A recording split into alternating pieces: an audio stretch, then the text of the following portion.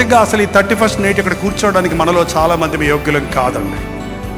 ఈరోజు సజీవులుగా ఉన్నామంటే అది కేవలం దేవుని కృప. ఎవ్రీ 31st నైట్ ఒక ఉజ్జీవాన్ని మనం చూడాలి. ఇంతవరకు నీ తప్పులే నీకు తెలియటం లేదు, నీ భారమే నీకు తెలియటం లేదు, నీ కొరతే నీకు తెలియటం లేదు, నీ స్థితే నీకు తెలియటం లేదు. నువ్వు బాగానే ఉన్నాను అనుకుంటున్నావు, దట్స్ ఇనఫ్, ఇది చాలు అనుకుంటున్నావు. కానీ ఈ రోజు పరిశుద్ధాత్ముడు నీలోనికి ప్రవేశిస్తే, పరిశుద్ధాత్ముడు నిన్ను బతికిస్తే, నీలోనికి ఉజ్జీవాన్ని కలుగజేస్తే నీ స్థితి నీకు అర్థమవుద్ది. నువ్వు ఎంత ఘోర పాపవో, ఎన్ని విధాలు నీవు నలిగి ఉన్నావో, ఎన్ని విధాలుగా దేవుని ముందు నీవు దోషిగా ఉన్నావో అన్నది తెలుస్తున్నాను.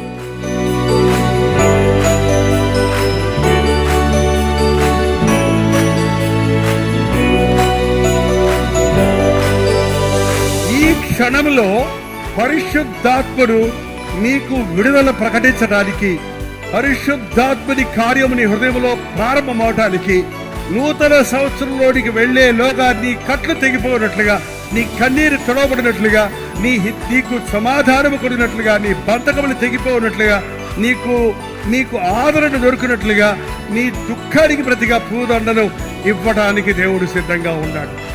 మీరెంతమంది సిద్ధంగా ఉన్నారు?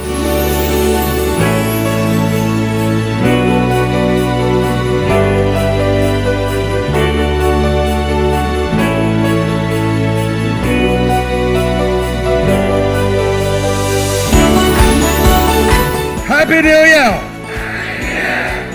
Happy, happy, happy, happy, happy New Year!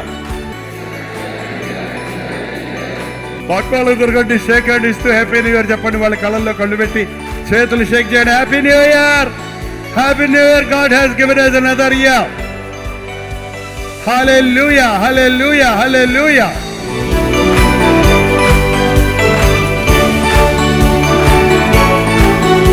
మరో సంవత్సరం ఇచ్చాడు మన ప్రభువుని గణపరచడానికి, మన ప్రభు కొరకు జీవించడానికి, మన ప్రభు ప్రేమను ప్రకటించడానికి, నలిగిన వారికి యేసయ్య ఉన్నాడని చెప్పడానికి, కృంగిన వారిని లేవనెత్తేవాడు ప్రభుని చెప్పడానికి, బంధించబడిన వారిని విడిపించేవాడని ప్రభు చెప్పడానికి, మన వ్యసనాలు భరించిన ప్రభు, మన దుఃఖాన్ని భరించిన ప్రభు, మన దోషముల కొరకు పరిహారం చేసిన యేసు ప్రభు యొక్క ప్రేమ సువార్తను ప్రకటించడమే నా జీవితం.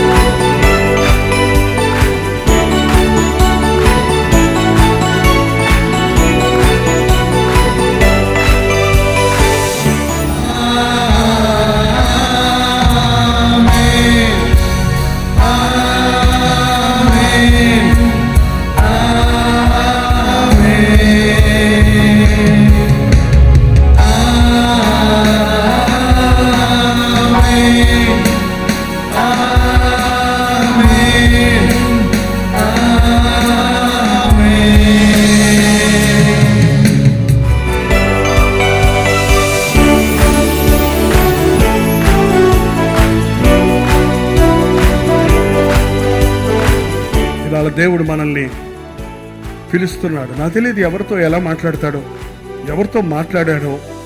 దేవుడు మాట్లాడకపోతే మన బ్రతుకు వేస్ట్ అండి. దేవుని స్వరం మన జీవితంలో ఎరగకపోతే, గుర్తుపట్టలేకపోతే, ఆయన చిత్తాన్ని ఎరగకపోతే, ఆయన వాగ్దానాలు పొందకపోతే మన జీవితం సారవంతమైనదిగా ఉండదండి.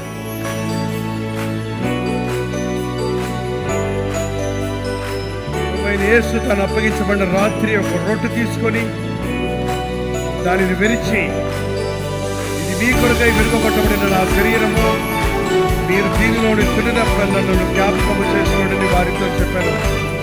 ఆ ప్రకారమే భోజనమైన పిమ్మట ఆయన పాత్రను ఎత్తి పట్టుకొని, ఇది మీ నిమిత్తమై చిందించబడిన క్రొత్త నిబంధన రక్తము, మీరు దీనిలోని త్రాగునప్పుడల్లా నన్ను జ్ఞాపకము చేసుకోండి వారితో చెప్పాను.